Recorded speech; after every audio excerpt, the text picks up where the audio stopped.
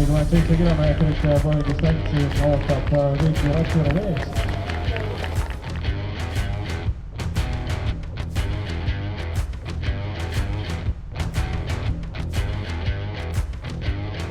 See tagasiside on olnud väga hea, et kui kiiresti ikkagi loodus taastub. See, et 500 ratturit käib kuskilt üle, siin on loetud nädalad, mida esimesena ise, kui lähme veel nagu järelkoristusringe tegema, vaatama, kas midagi ei ole maha jäänud, aga kuude pärast seal, kus muud liiklust peal ei ole, matkaradu ei kasutata, suvitajad ei käi, see on rohus, et kui me peaks võistlust tegema siin augustis, siis me peaks ikka tõsiselt niitma, et loodus mühab siin ikka võimsalt.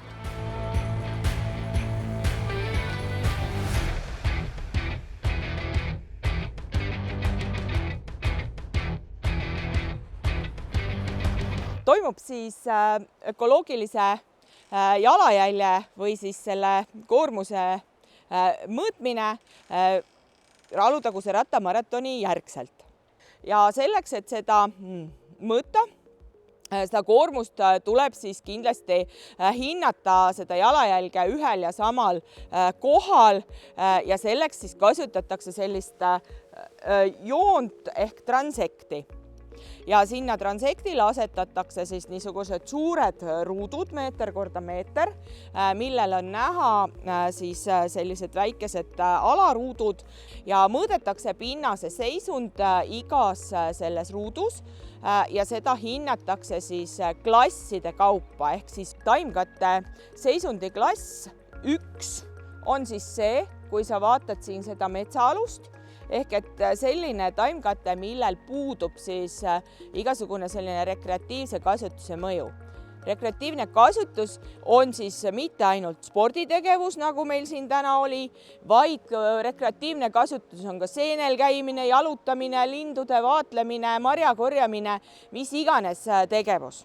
Ja kui sellise tegevuse jäljed on siis seal pinnasel või sellel taimkattel olemas, aga see taimkatte näeb hea välja, siis selle seisundi klass on 2. Kui seda taimkatet on nüüd kõvasti saanud sakutada ja teda on selles ühes väikeses ruudus vähem kui pool selle ruudu katvusest, siis on see taimkatte seisundi klass juba 3.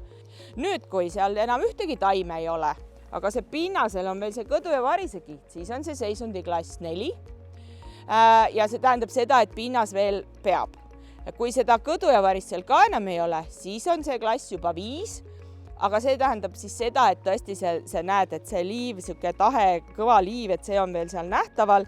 Aga kui sul on see liiv juba sedasi, et ta niimoodi on lahti ja rullib, eks ole, siis on see kõige halvem seisundi klass ehk 6.